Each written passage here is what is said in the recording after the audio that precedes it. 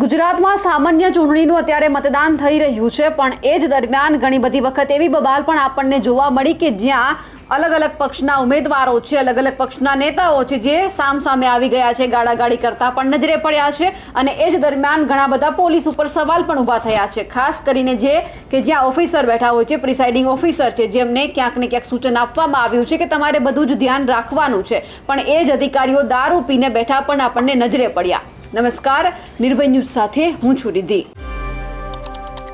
ઘણી બધી જગ્યા પર આપણને એવું દેખાયું છે કે આ જે ઓફિસર છે વ્યવસ્થિત કામ નથી કરતા, પણ અત્યારે સામે આવ્યું છે ખેડાના જે મહેમદાવાદ નગરપાલિકાની સામાન્ય ચૂંટણી છે અને એ જ દરમિયાન જે મતદાન કેન્દ્ર પર જે પ્રિસાઇડિંગ ઓફિસર છે તેમને બેસાડવામાં આવ્યા છે, એ જ જે વિરેન્દ્રસિંહ બારૈયા છે તે અત્યારે દારૂ પીધેલી હાલતમાં નજરે પડ્યા છે। દારૂ પીને તેઓ ત્યાં બેઠા છે, એમને પૂછવામાં આવે છે કે તમારું નામ શું છે, તમે કોણ છો, તમે કઈ જગ્યા પર કામ કરો છો અને અહીંયા કયા હોદ્દા પર તમને બેસાડવામાં આવ્યા છે।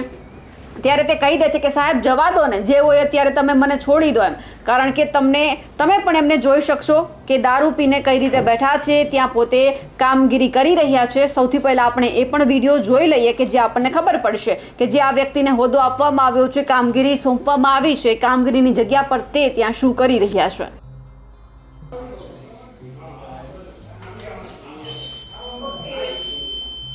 શું નામ તમારું? હા, તમારો હોદ્દો શું છે? શિક્ષક। કઈ જગ્યાએ?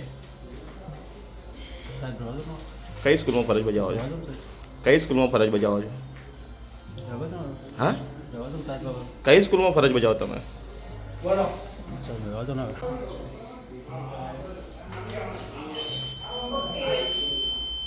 શું નામ તમારું? હા, તમારો હોદ્દો શું છે? શિક્ષક। કઈ જગ્યાએ? કઈ સ્કૂલમાં ફરજ બજાવો છો? કઈ સ્કૂલમાં ફરજ બજાવો છો? હા, કઈ સ્કૂલમાં ફરજ બજાવો તમે?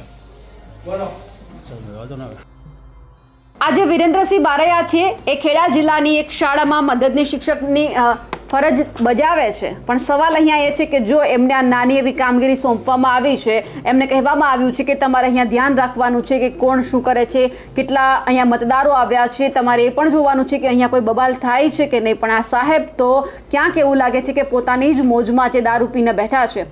હવે સવાલ અહીંયા એ ઊભો થાય છે કે આટલી નાની કામગીરીમાં પણ આ સાહેબને જો દારૂ પીવા જોઈતો હોય તો પોતે એક મદદની શિક્ષક છે, તો એ પોતાના જ્યારે બાળકોને ભણાવવા જતા હશે, પોતાની શાળામાં જતા હશે, તો શું ત્યાં પણ તે દારૂ પીને જતા હશે? એમનું કોઈ ચેક કરવામાં આવ્યું છે કે નહીં? આ વિરેન્દ્રસિંહ બારૈયાને અત્યારે ત્યાં એમને જે બીજા કલેક્ટર પાસે મોકલી દેવામાં આવ્યા છે અને કહી દેવામાં આવ્યું છે કે જો તે દારૂ પીધેલી હાલતમાં હશે તો એમને સસ્પેન્ડ કરી દેવામાં આવશે, પણ સવાલ તો હજુ એ જ થાય છે કે શું એ જ્યારે શાળાએ ભણાવવા માટે જતા હશે તો શું એમનું ચેક થતું હશે? કારણ કે અહીંયા જો દારૂ પીને આવ્યા છે તો ત્યાં પણ તે જતા જ હશે।